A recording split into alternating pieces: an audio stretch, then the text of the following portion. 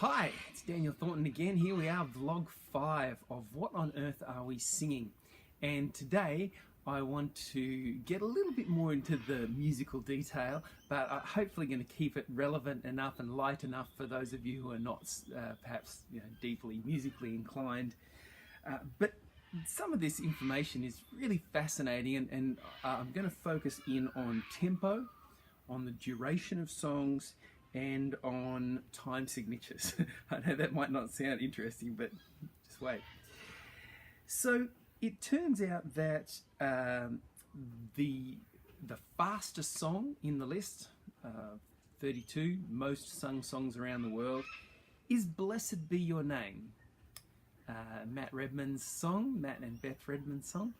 I don't know whether you would have thought that would be the fastest song. That was a bit of a surprise to me, but just the underlying pulse is actually quite quick, even though it can be quite laid back in terms of the way that it's sung.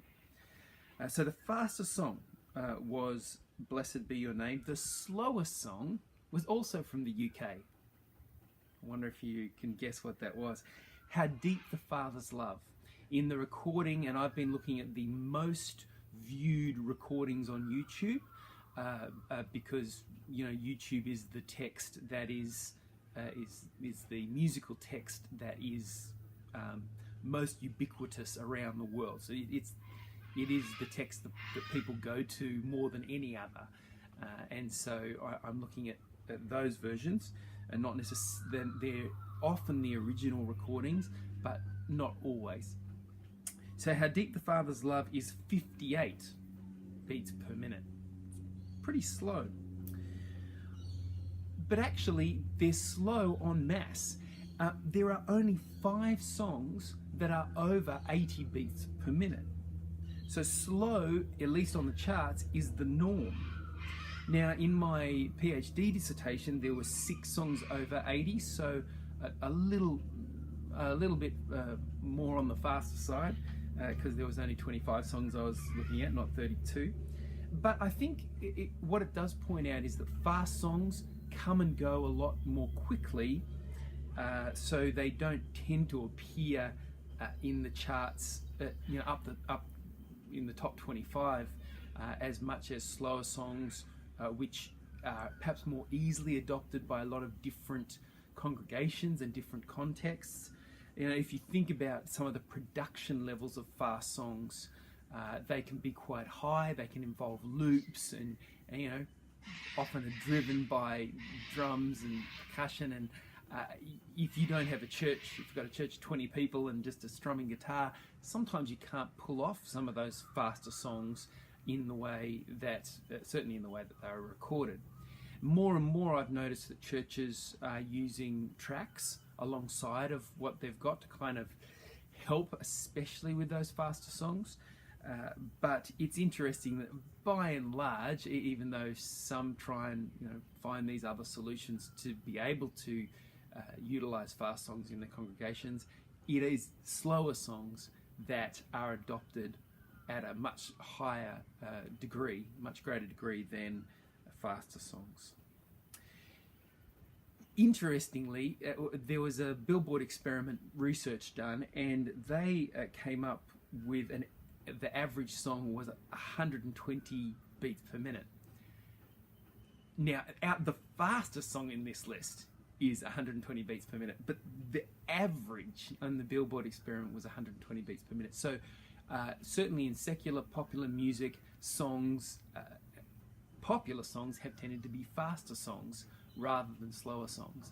And look, I'm sure there's all kinds of good reasons for that, not the least of which is that radio play are looking, they don't want people to switch radio programs. They're looking for songs that have a lot of energy and buzz and keep people wanting to listen, which is also the reason why, on average, songs in the secular pop charts are shorter than the songs in this list. And so let's go on to talk about duration. Tempo is not necessarily related to duration. So the longest song on the list was "King of My Heart," It's 70 beats per minute, so it's sort of pretty average. But the length of that song on YouTube is 17 minutes 26 seconds. That's a long song, huh? And if you actually look at the clip, it doesn't just stay within that song. There's a lot of free worship that follows. It moves into a different songs. But that track as a whole, 17 minutes and 26 seconds.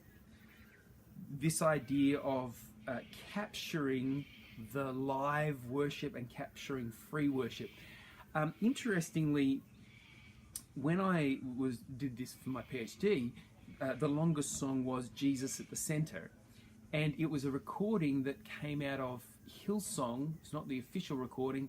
I don't know that the official recording had been released when Israel Houghton first brought this to Hillsong Conference and taught it, and the video of that at Hillsong Conference became widely viewed all over the world until Sony or whoever took it down.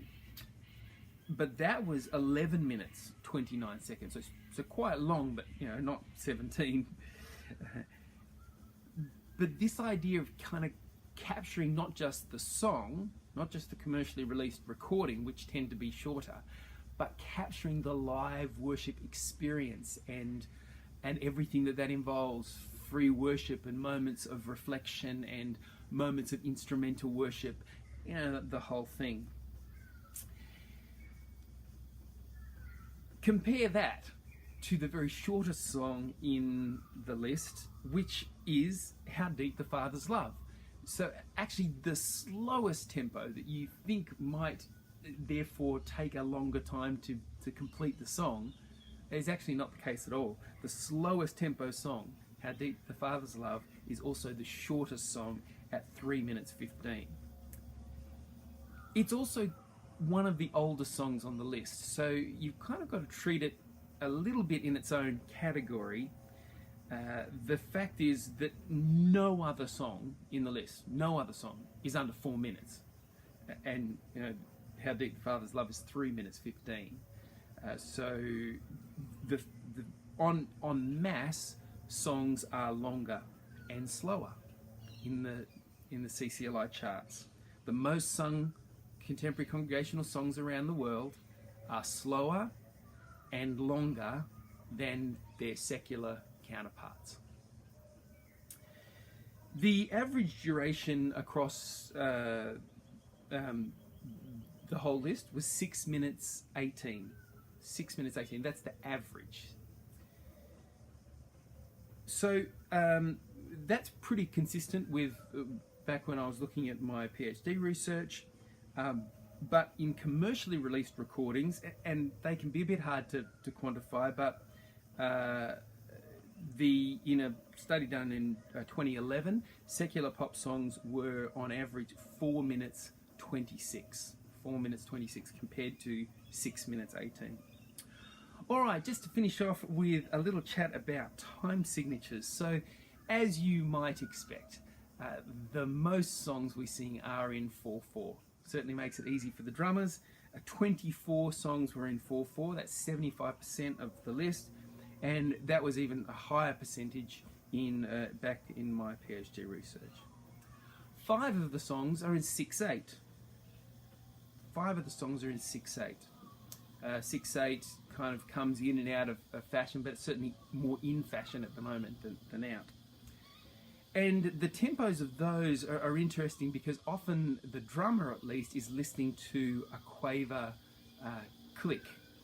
And that quaver click was anywhere between 140 to 172 beats per minute. That might sound really fast, but actually the tempo of 6/8 is two groups of three quavers, and so once you start to divide that up, 1 and 2, and even though the quaver might be quite quick, the overall feel is actually still quite slow, well under that 80. Even the fastest 6/8 song is still well under that 80 BPM average in terms of its broader beat, not its underlying pulse. So most songs 4/4, as you might expect. A good 5 songs in 6/8, And then you get 3 songs that are unique. One is in 3/4. That song is In Christ Alone. Again, an older song, and from the UK, interestingly. It's How Deep the Father's Love is this mix of 5/4 and 3/4, and again, at least one of the same composers, Stuart Townend, and so sort of doing something a little bit unique in that space. And it's one of the reasons why neither of those songs have really made it into Pentecostal charismatic settings, because drummers just freak out at the idea of 5/4, 3/4, unless, there are some competent drummers who wouldn't, but certainly in general, drummers are used to 4/4, or at least some kind of division of 2/4, which you can get in 6/8 as well. Then there is Lord I Need You, which is mostly in 4/4, but it moves to 3/4 in the bridge. And I think this is one reason, even though it's been so popular in the US and in Canada, it really hasn't had the impact around the world. It wasn't on any of the other lists, most sung lists, Australia, New Zealand, the UK, it wasn't there. It was only in the US and Canada. And I think one of the reasons for that is this change in time signature, which just makes it a little less accessible to less competent musicians. What, though, it speaks to me about is the fact that composers are constantly wanting not to write what they wrote last year in the last album. They're wanting to expand, they're wanting to explore, they're wanting to be creative.